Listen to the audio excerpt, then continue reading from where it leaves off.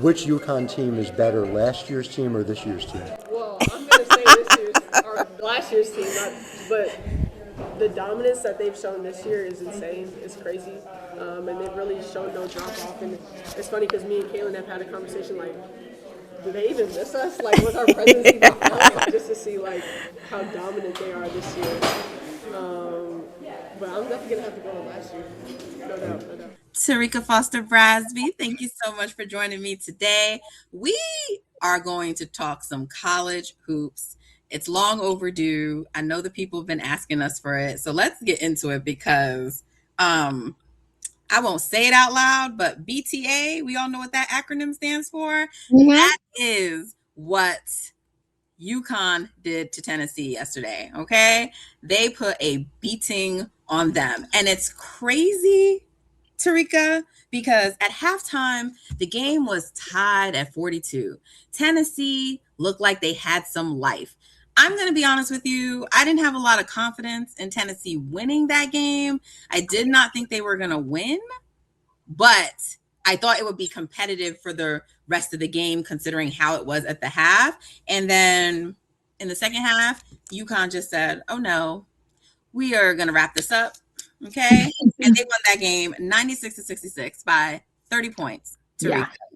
Yeah. And their dominance has just been next level.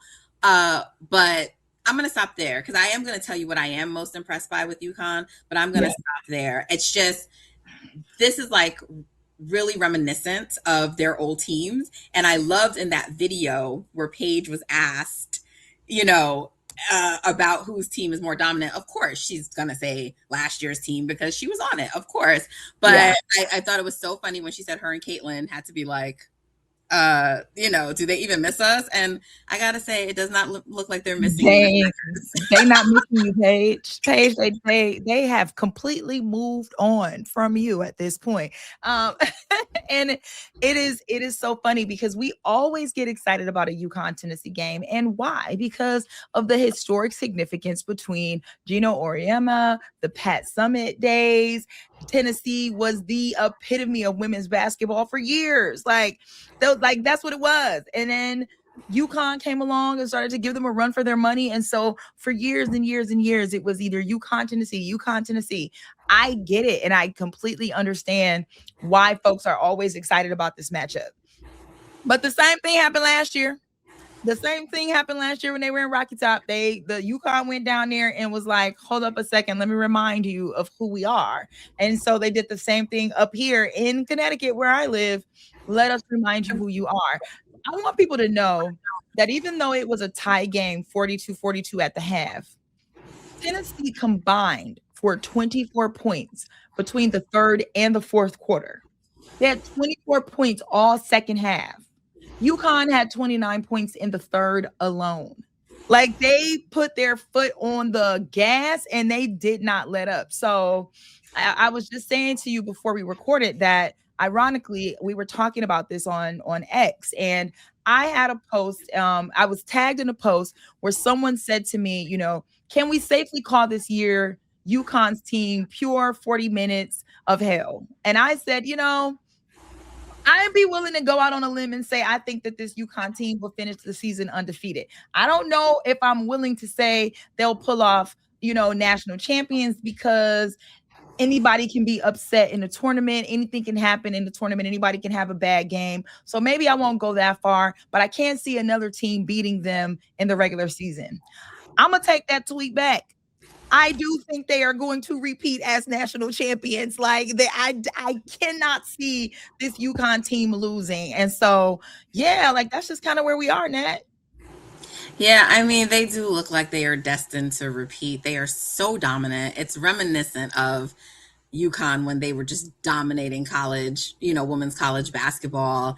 And it would be pretty impressive for it to be an undefeated season. And, you have to give a shout out to, their two stars, Sarah Strong and AZ Fudd. Is Sarah Strong just like the runaway candidate for player of the year? Or no, I mean, I don't know. But AZ Fudd is having an amazing season. And our producer, Erica, does not think AZ Fudd is getting enough love.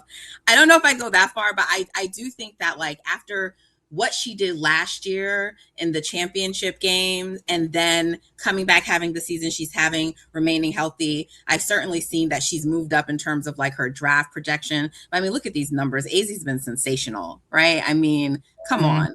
27 points yesterday, 5 of 8 from 3. Her shooting is so pure. 7 rebounds, 7 assists, you know, and then Sarah Strong, 26, 9, and 4. I mean, these two have been such an incredible duo for Connecticut.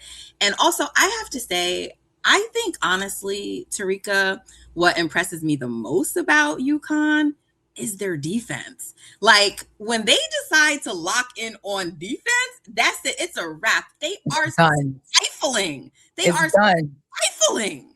Yes, it's done. And that has honestly been a backbone to Gino Auriemma's team for a very long time. But we sometimes miss that because of the kind of offensive juggernaut that typically play for UConn. But we can't overlook the fact that they are defensively strong.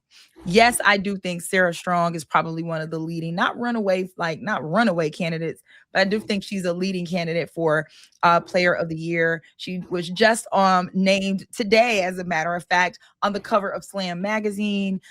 She comes from a line and a pedigree of players. Her mom is Allison Feaster, who clearly knows ball. Like it's ingrained in her and what she does. And every time I say, is this going to be the year Gino's going to consider leaving? Is this going to be the year Gino might consider hanging it up? Gino messes around and recruits a player that makes you say, well, he's got to stay until she leaves because she's got to be like that girl. That's how I feel about Sarah Strong, right? Like I can't see Gino leaving now that he has a Sarah Strong on his team whom he is going to groom to eventually probably be a number 1 overall WNBA pick. So it's just, you know, I call him Dawn Staley is another one. I call, like, they are to me the Nick Sabans of women basketball. Like anytime you think their teams are done, it's like they just have another set on deck, just ready to come up.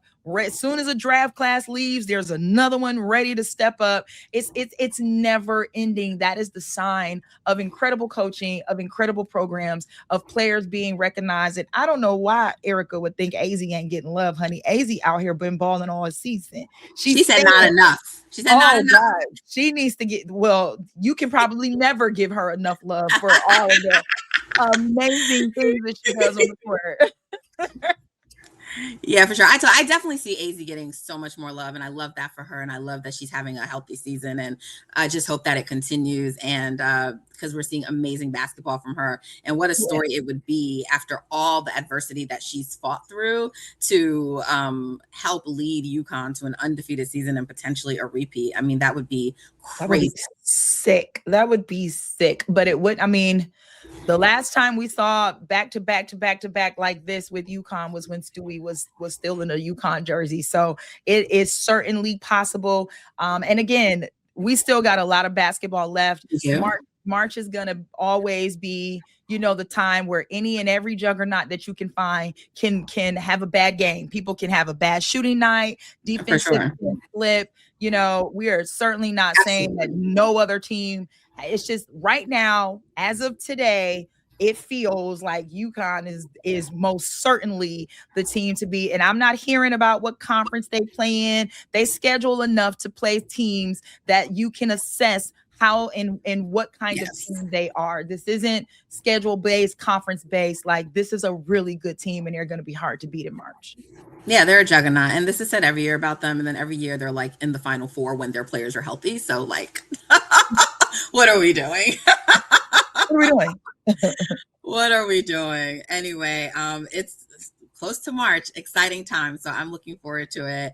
Thank you, as always, Terrika Foster-Brasby, for joining me. And guys, make sure you tune in to us. Right now, we're talking college hoops, but we also talk all women's basketball. So we do college and we do WNBA, and we have a YouTube channel that you should definitely subscribe to, and that is the WNBA on NBC. So tune into that and make sure you catch us for all of our hoops talk.